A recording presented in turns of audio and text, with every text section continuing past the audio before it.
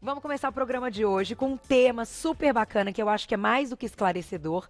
E ele vem num momento chave do ano, né? Que a gente já tá na reta final. Entramos no mês de outubro e as festas vêm e tem muita gente que já tá ali meio desencanado, porque fala, mas agora já tô no final do ano, por que eu vou começar agora, né, essa questão de mudar a alimentação? Então a gente vai falar da diferença entre perder e eliminar peso. Parece que não tem diferença, mas vocês vão entender os argumentos da nossa queridíssima nutróloga mais uma vez com a gente, doutora Ana Luísa Vilela. Bem-vinda! E muito obrigada sempre por todo o carinho. Você levou aí minha imagem e, enfim, nossas entrevistas para um evento lindo que você fez parte, falando de longevidade. Obrigada, viu? Nossa, foi muito lindo. Todo mundo mandou milhões de beijos. Carol estava presente lá com a gente. Pois é. Foi muito lindo. Tem que agradecer todo mundo. E assim, esse foi um tema muito debatido. Inclusive, a gente debateu muito isso no simpósio Longevidade. Qual que é a diferença entre perder peso e emagrecer? Com a idade, vai ficando cada vez mais difícil a gente emagrecer com saúde. Porque alterações hormonais, a gente vai desproteinizando, vai perdendo músculo, vai perdendo líquido. Então, o nosso organismo fica mais lento aos pouquinhos. Isso, grande parte, pela falta de músculo. Então, isso é emagrecer. Certo. Emagrecer é ganhar músculo independente do peso da balança. E perder gordura. Tá, então digamos que assim, é um conceito novo pensar nessa situação, porque até então, o que a gente tem em mente é que quando a gente sobe na balança e perde peso, a gente vê um número ali inferior àquele que estava. Porém, a gente não sabe o que a gente perdeu. A gente sabe que o número diminuiu na balança, mas se foi gordura, líquido ou músculo, não, a gente não A está gente não sabendo sabe. aí. Isso é o problema, porque se a gente emagrecer de verdade, a gente vai perder gordura. Se a gente perder peso e perder músculo, a gente está pior do que quando a gente começou. Ah, entendi. Aí começa aquela história do efeito rebote. Aí começam os problemas, começa a queda do cabelo, que a gente pode linkar. Sim, sim. Sabe? Então aí começam a ter outras doenças, então o emagrecimento não é saudável. Tá. Você não perdeu peso, não emagreceu, você perdeu peso. Você só viu o número diminuir na balança. Então, hoje a gente tem que entender que muitas vezes esse emagrecimento saudável pode nos deixar com o mesmo peso. Esse emagrecimento saudável pode... Essa é a grande diferença.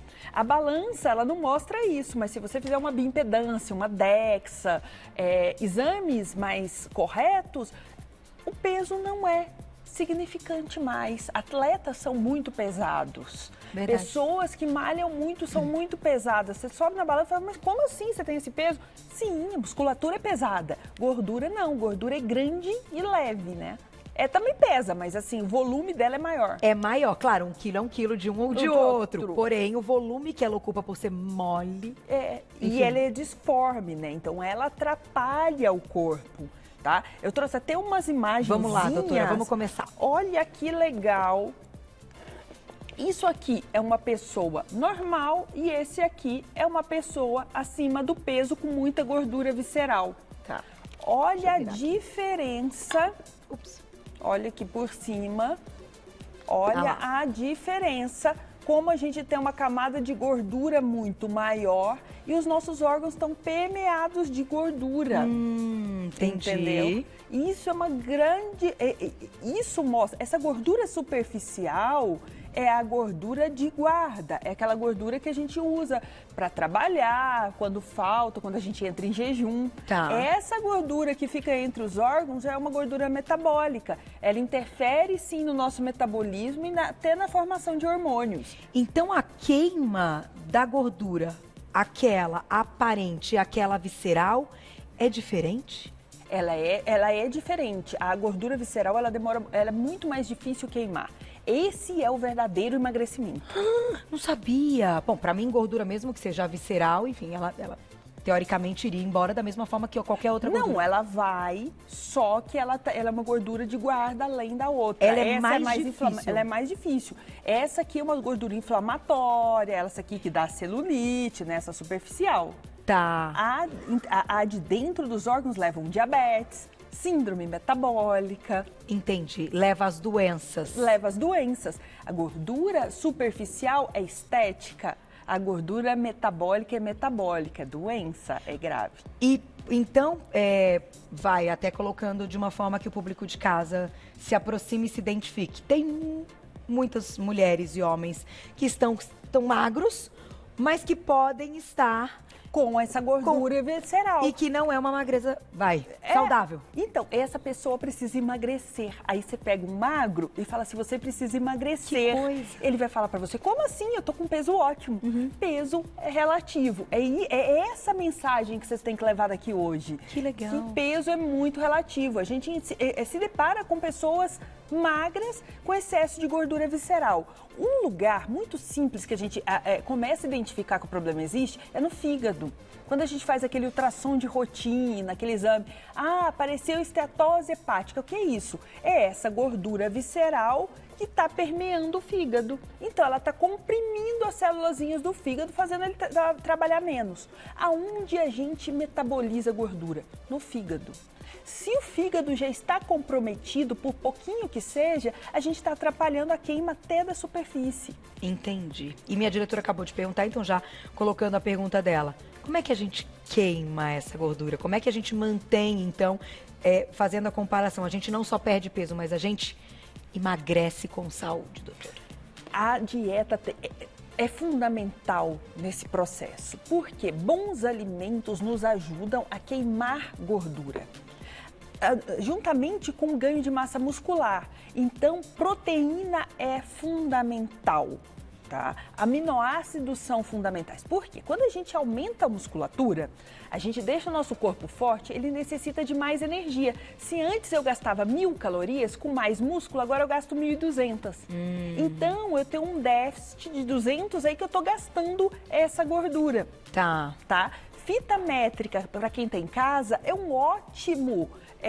uma ótima medida, ajuda muito a gente entender se a gente está com gordurinha no fígado, se essa gordurinha está diminuindo, porque se a circunferência abdominal for diminuindo, logicamente, tudo bem que não é um exame fiel, mas para o pessoal de casa que tem uma fitinha métrica, pode ir ajudando para ver se a dieta está sendo correta. Entendi. Então, claro, a gente está falando aí de uma questão estética, do espelho, que também pode dizer muita coisa, mas nem sempre. Então, pessoas magras, às vezes, que se olham no espelho e falam, não, eu estou adequado, o peso está adequado, podem sim ter alguns problemas. Podem sim. Vamos começar com perguntinha do público e a gente vai linkando alguns dos alimentos que você trouxe na tela. Então, quem escreveu pra gente, olha lá. Obrigada, Ariadne, um beijo. Doenças autoimunes fazem você engordar? A idade tem a ver com esse engorda, incha e perder peso? Que pergunta, eu falo, público do Você Bonita, meu Deus, mas é um presente, né? Muito Conseguir associar uma pauta de emagrecimento com doença autoimune. Parabéns! Nossa, sensacional. Então, existem várias doenças autoimunes que influenciam sim. Hashimoto mesmo, que é o hipotiroidismo, é uma doença autoimune. E o interessante disso, que a gente, vamos supor, um paciente que tem Hashimoto, que é, ó que bonitinho, a nossa tireoide é uma doença autoimune da tireoide que os anticorpos brigam com essa tireoide. Ela pode funcionar bem, mas ela vai falindo com o tempo. Imagina, se você tem anticorpos que brigam com a tireoide, por que não você não tem o mesmo anticorpo que briga com outros órgãos que a gente não tem instrumentos ainda hoje para medir? Entendi. Então, todo mundo que tem uma doença autoimune, muito cuidado, se trate bem. Tente melhorar a alimentação para alimentos mais menos alergênicos e tenta inflamatórios, né, doutora? Inflamatórios, alimentos que não acumulem gordura. Por mais que sejam gorduras boas, às vezes a gente tem que restringir um pouco disso, porque você não pode engordar. Porque senão você vai estar sobrecarregando teu pâncreas, você já tem uma tendência maior a ter um diabetes no futuro. Entendi. Porque que também está ligado a essa questão do próprio corpo do autoimune. E a gente vai envelhecer. envelhecendo, lógico, até os 20 anos de idade a gente cresce, a gente tem todos os hormônios bombando. Até os 30, os nossos hormônios ainda estão legais, mas não naquela mesma intensidade. A partir dos 30, paramos de crescer e começamos a gastar as nossas reservas. Então, os nossos hormônios vão caindo. Depois dos 40, que a gente sente a queda maior hormonal. Jesus. Então, a gente tem que tomar cuidado em todas as faixas etárias. E para cada faixa etária, existem exames e existem exercícios melhores, alimentação melhor. Existe? Vamos falar um pouquinho. Vou colocar mais uma perguntinha do público e já já a gente comenta o que você acha que de tal faixa a tal faixa pode ser bacana. Na tela, quem escreveu pra gente, olha lá. Obrigada, Frank, querido. Um beijo. Qual é o melhor modo de eliminar peso e perder também a ansiedade? Desculpa, Glaucia. Tem? Põe de novo, peraí. Frank, nome, né? olha lá, ele tirou a foto, olha lá. Ontem, eu tô ali atrás. Aí ele é muito querido. Você sabe que ele fez uma montagem ontem. Como é que é o nome da nova heroína, gente? Acabei de esquecer, o João e o Oswaldo ouviram. Manda pro nosso... Capitã Marvel, obrigada, é isso. Ele fez e eu depois vou pedir, então, pra minha diretora colocar em sua homenagem. Ficou tão legal, porque ele é muito querido. E ele tá nesse processo mesmo, ele já me contou a história dele, né, já tem um tempo. E eu acho muito, muito importante a gente poder ajudar nesse aspecto, né? Ainda que não seja uma consulta, né, Frank? Então, Frank, a ansiedade, ela é um componente importantíssimo do emagrecer. Porque às vezes a gente come para satisfazer prazeres cerebrais. A comida nos dá prazer, ela é um ansiolítico natural, você não depende de ninguém quando você está comendo e dá aquela amortecida. Então, alimentos de alto índice glicêmico dão um prazer absurdo. Açúcar, chocolate, além das endorfinas que eles produzem. Então, bons alimentos, diminuir índice glicêmico e você passar um período longo com índice glicêmico baixo te ajuda a sair um pouco dessa compulsão, dessa necessidade diária de prazer. Que é como se fosse um vício, né? É um de vício repente, terrível. a troca do prazer, né? É interessante a gente tocar nesse assunto também, porque é difícil, antes de começar a prática de uma atividade física, conseguir pensar que vai te dar prazer depois, quando você termina. Porque você não está sentindo prazer antes e, claro, te tira da zona de conforto. Mas eu bato nessa tecla porque todo mundo que começa, depois me escreve, Carol, você tinha toda a razão. A atividade física realmente é um antidepressivo.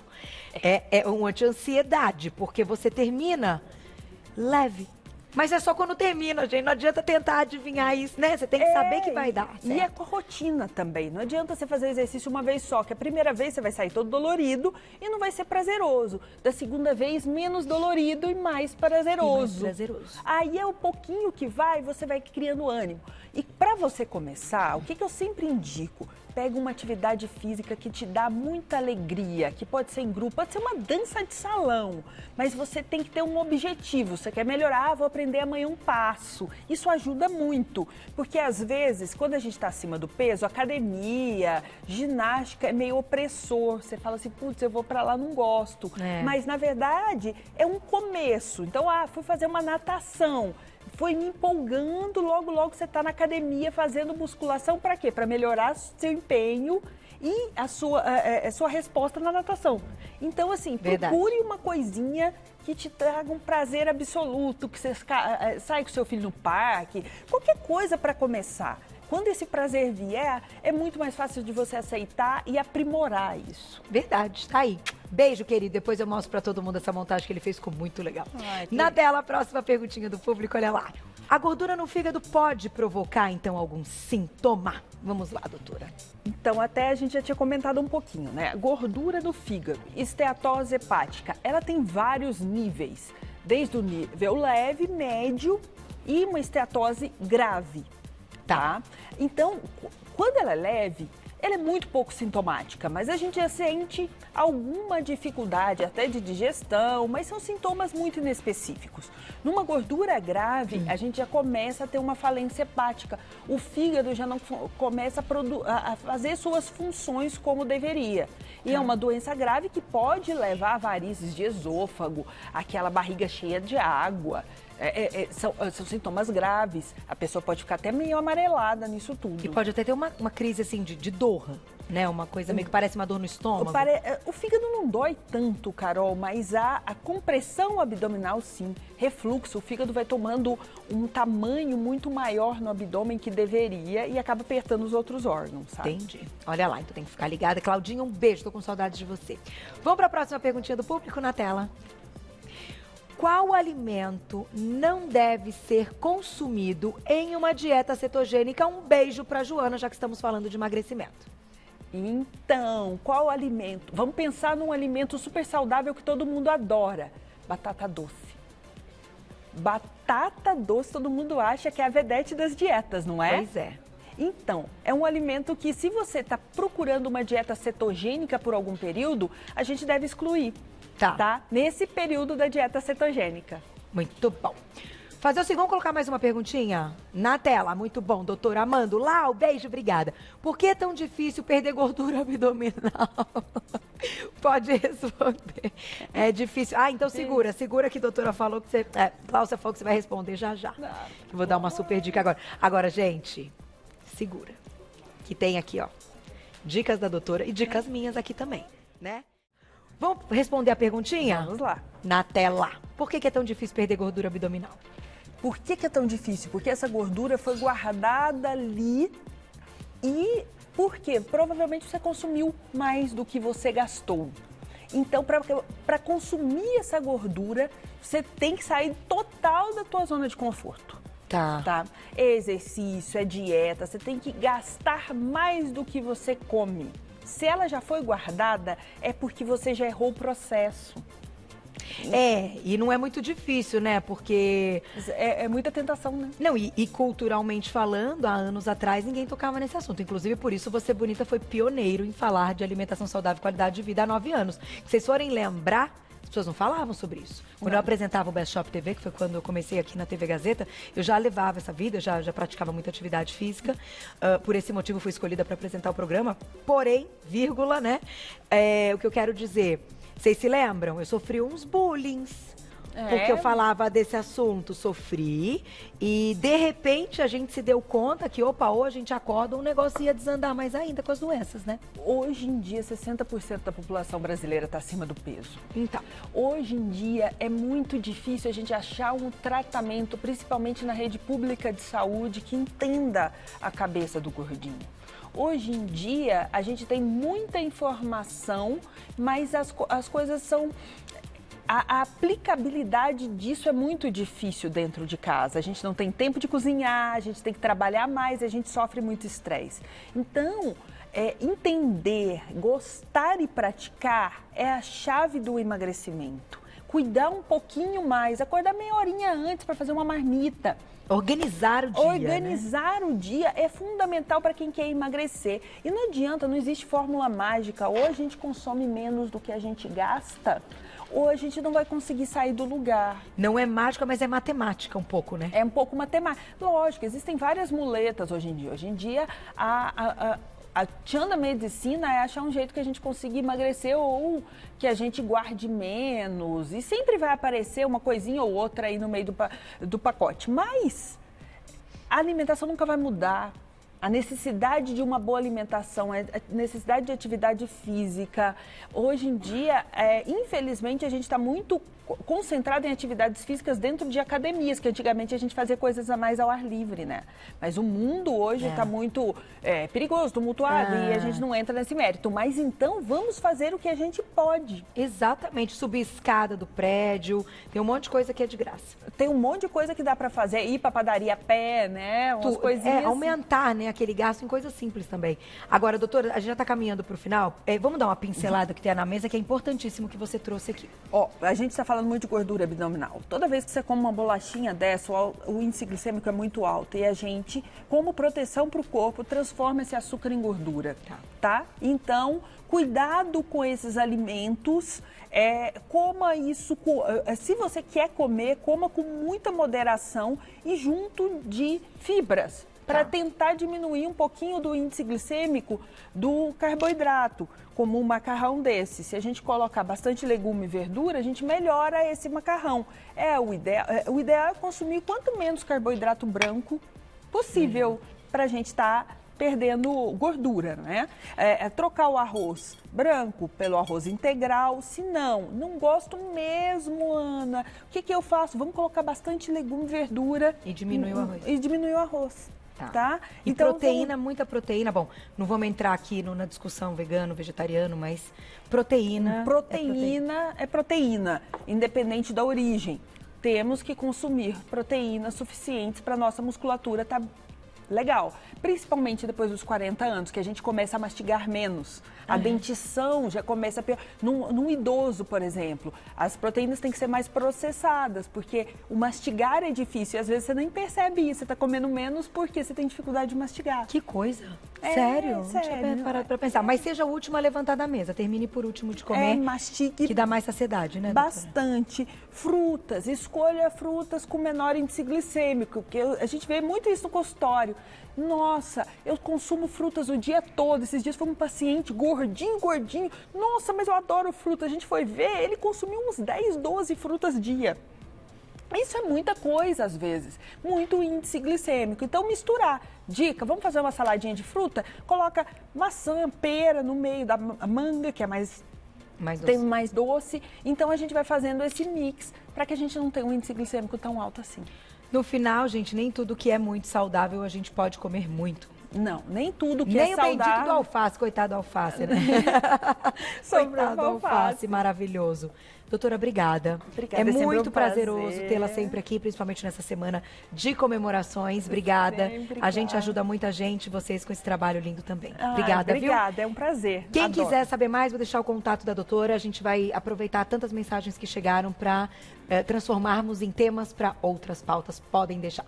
Quem quiser saber mais, vai lá no site doutoraabreviadoanaluisavilela.com.br, doutoraanaluisavilela.com.br, nas redes sociais também, @doutoraabreviado, Ana Luísa Vilela. Vai lá para também trocar mensagens aí. Obrigada sempre. Obrigada. Vamos para as dicas do programa.